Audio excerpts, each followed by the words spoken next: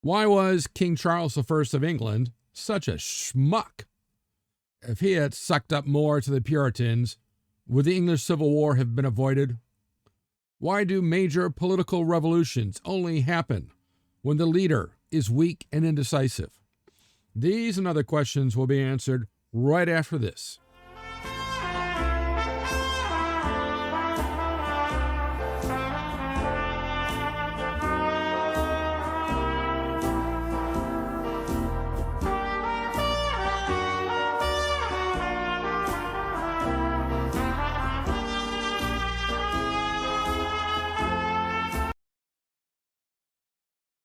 I am Professor Jerome Arkenberg, and I've been teaching a wide variety of history courses at colleges across this country for the past 30 years. In this video, I'm going to tell you about how King James I of England's Scottish upbringing led to conflict with both Puritans and Parliament. How King Charles I's weak, indecisive, and duplicitous nature made a political revolution inevitable. How high church Anglicanism's pseudo-Catholic rituals and beliefs and hatred of all things Catholic contributed to the outbreak of the English Revolution. And how England's common law system, with its core principles of due process and the supremacy of the law, inevitably led to conflict with any attempt to impose divine right absolutism on the country, and the outbreak of the English Revolution. At the end, I'll have the wrap-up quote on this video. But first, make sure to click like, share, especially on subscribe, and that little bell thingy, so I can continue to bring you more great videos just like this one.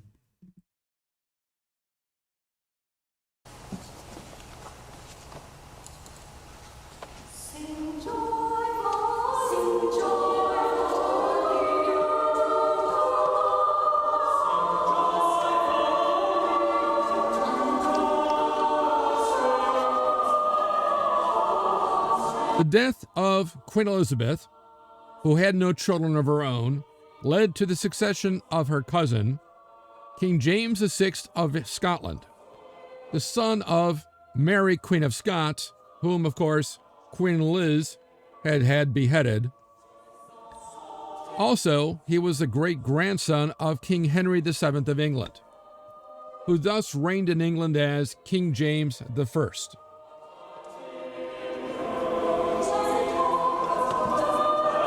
James, brought up as a strict Calvinist Protestant in a country with a Roman law tradition emphasizing the supremacy of the monarch, that the monarch was above the law, exacerbated conflicts within England, whose parliament remained strong, and a common law tradition that no one is above the law, not even the monarch. Under King Jim, as I like to call him, religious matters continued strained as Puritans attempted to impose their customs on the Church of England, going so far as to plot to overthrow the king, while English Catholics kept trying to reclaim the country for the Pope, as seen most vividly in the Gunpowder Plot of November 1605, when Guy Fawkes and others attempted to blow up Parliament while the king was present. And you see here, these are the Gunpowder Plotters.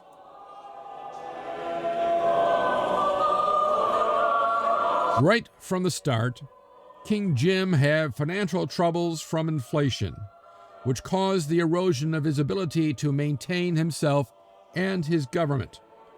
And he had unrealistic ideas about the wealth of England, leading to a series of conflicts with Parliament. By 1615, government expenditure had risen from £300,000 to £500,000 per year, with the vast bulk of the increase going to James's own pleasures and rewards to favorites and courtiers, especially George Villiers, the Duke of Buckingham, who was King Jim's lover. So, under these conditions, our parliament, increasingly dominated by Puritans, refused to increase taxes to make up the deficit. Here, of course, is this is Jim's son, who eventually became King Chuck, Sir Francis Bacon, who is known to bringing home the bacon every night. And of course, here's George Villiers, the Duke of Buckingham. So James, desperate for money, revived old feudal dues, farming out the customs at higher rates. But when these actions still did not cover the debt, he was forced to turn to a reluctant parliament, which, as early as 1604, asserted their rights and privileges against James's claim that they existed merely to rubber stamp his decisions. One of these was a decision to conclude peace with Spain, with which England had more or less been at war ever since the time of the Spanish Armada under Queen Liz. He also concluded not to come to the aid of the Protestants in the 30 Years' War, despite the fact that his daughter was married to what's called the Winter King, the Protestant nominee to be the Holy Roman Emperor, and Jim married his son and heir, Chuck, to the Catholic daughter of the King of France, which simply angered the Puritan-dominated Parliament. So here's King Chuck, when he was still the Prince of Wales, and his wife, Henrietta Maria, as she was known. After years of problems, in 1621, Parliament issued the Great Protestation, Great Protest, asserting Parliament's rights and privileges, which included it had the sole right to levy taxes, which it had had ever since the Good Parliament of 1376. Also, to debate any issue relating to the internal or external affairs of England or its monarch, whether the king liked it or not, which it had also had since the late Middle Ages.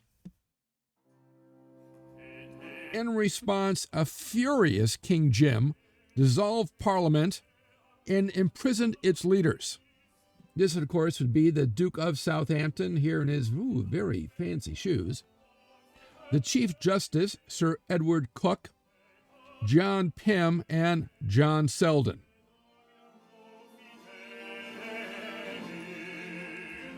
In 1625, King Jim was succeeded by his son Charles, or, of course, as I call him, King Chuck.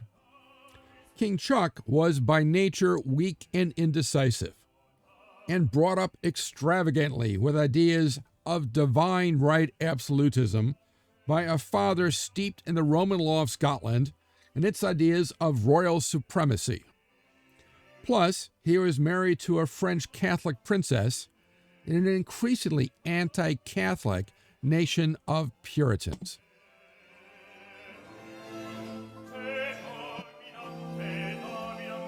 Chuck took the throne in the midst of a war with Spain in a serious financial crisis.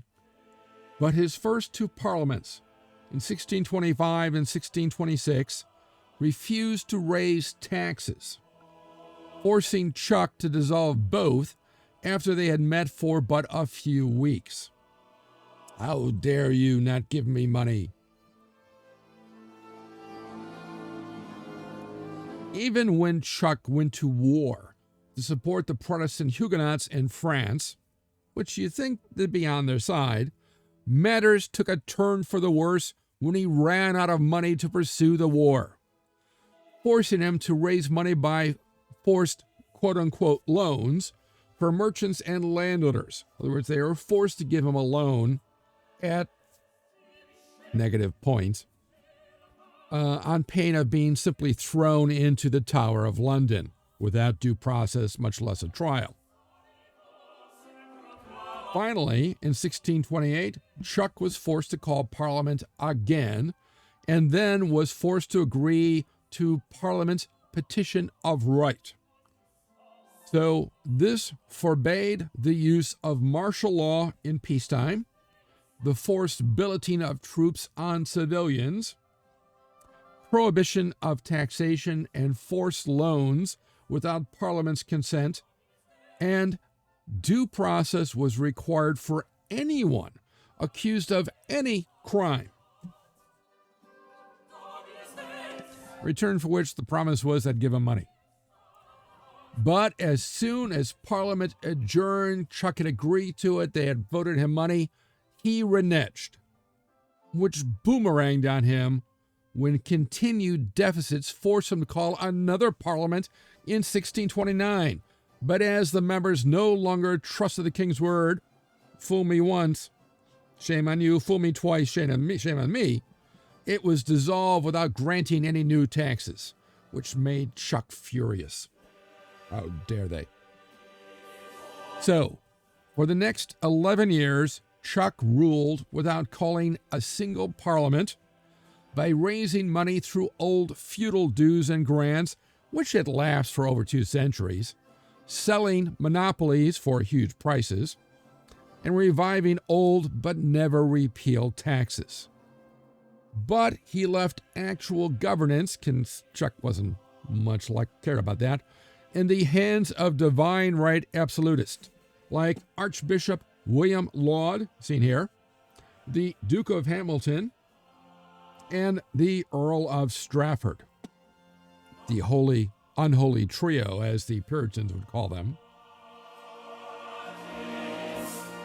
As a result, during these years, governments suffered from Chuck's weak central hand, divided councils, extremism, and the growing isolation of the king from his people, as the Puritan gentry and merchants objected to the corruption, extravagance, and promiscuity of Chuck's court, his French Catholic queen, and his embrace of high church Anglicanism.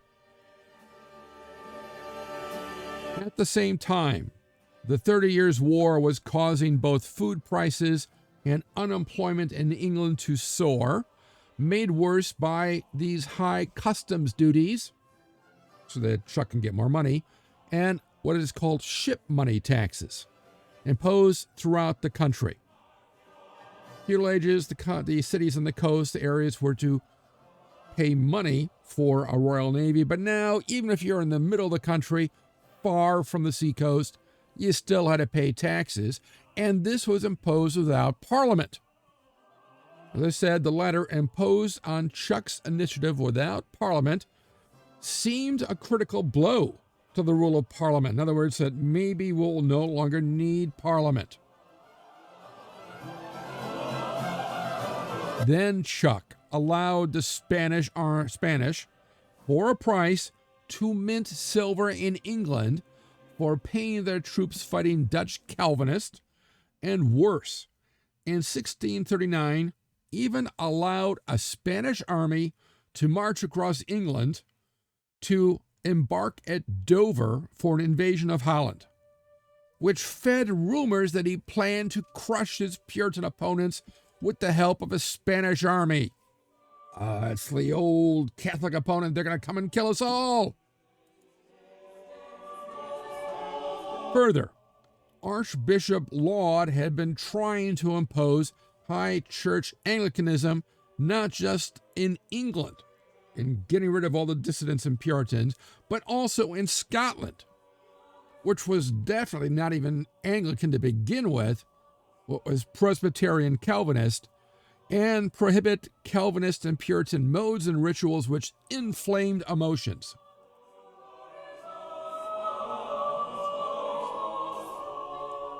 The Bishops' War is really phase 1 of the English Revolution.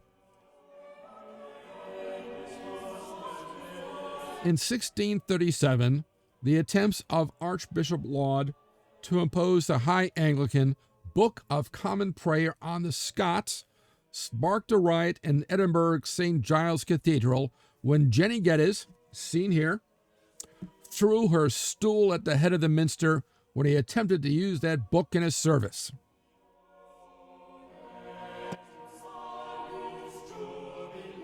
In 1638, the Scots, entered into a solemn league and covenant for the first time, seized Edinburgh Castle, and declared Chuck's deposition as King of Scotland, sparking the Bishops' War with England, which, as I said, was the first act in the English Revolution.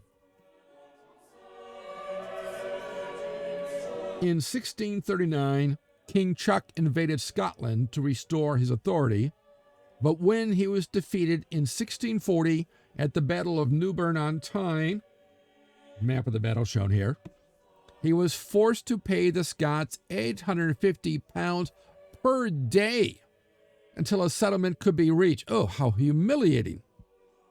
Requiring, even more humiliatingly, Chuck to ask money from Parliament, from what came to be known as the Short Parliament, for an unpopular war.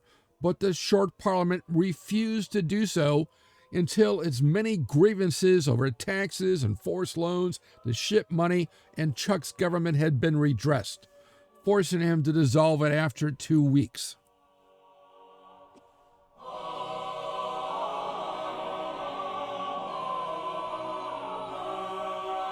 With his government nearly bankrupt, at the end of 1640, Chuck was forced to call a new parliament, the so-called Long Parliament, which would sit without a new election for 20 frickin' years. Dominated by moderate reformers convinced that Chuck's actions were a threat to both liberty and Puritanism. And so, in 1641, King Chuck was forced to agree to 1. Call parliaments at least every 3 years, 2. Let Parliament itself decide when to dissolve or adjourn, 3. Get Parliament's consent for all taxes, including customs duties, ship money, loans, feudal dues, and old taxes, and 4. Give Parliament full control of the judiciary and the King's Privy Council. Plus, he was forced to agree to the execution of Archbishop Laud and the Earl of Strafford, execution of Archbishop Laud shown here, and the prohibition of high church Anglicanism. Oh, it must have really stuck in his craw. Then, in late October 1641, when Parliament heard that the Irish had rebelled and massacred 30,000 Protestants settled in Ulster, what's now Northern Ireland, the members of Parliament sought control of any army sent to Ireland, to which Chuck refused to agree as an infringement on his status as Commander-in-Chief. His power threatened in January of 1642, as shown here, Chuck ordered the arrest of Parliament's leaders, Pym, Kimbolton, Hampden, Hazelrig, Hollis, and Strode, and when Parliament refused to comply, he burst into the House of Commons with 300 soldiers looking for them, outraging not just the radicals, but even the moderates.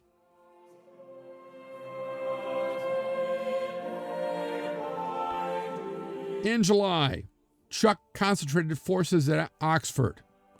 In theory, he said to go against Ireland, but of course Parliament thought it was going to be against them. So Parliament appointed a committee of public safety with Robert Devereux, the Earl of Essex, in charge of its own 25,000-man army. The English Civil War had begun.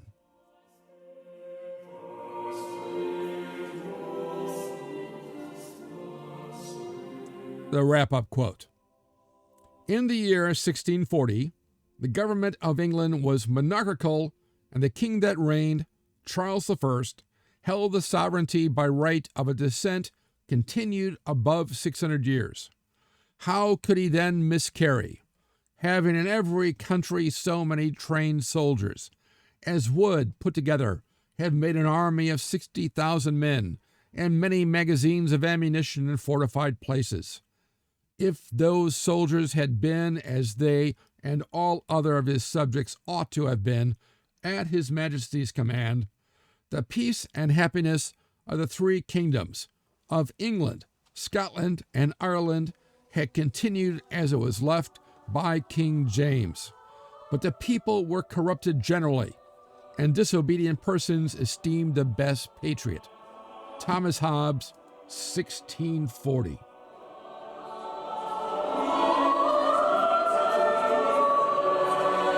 Let me know what you think of this quote in the comment section below.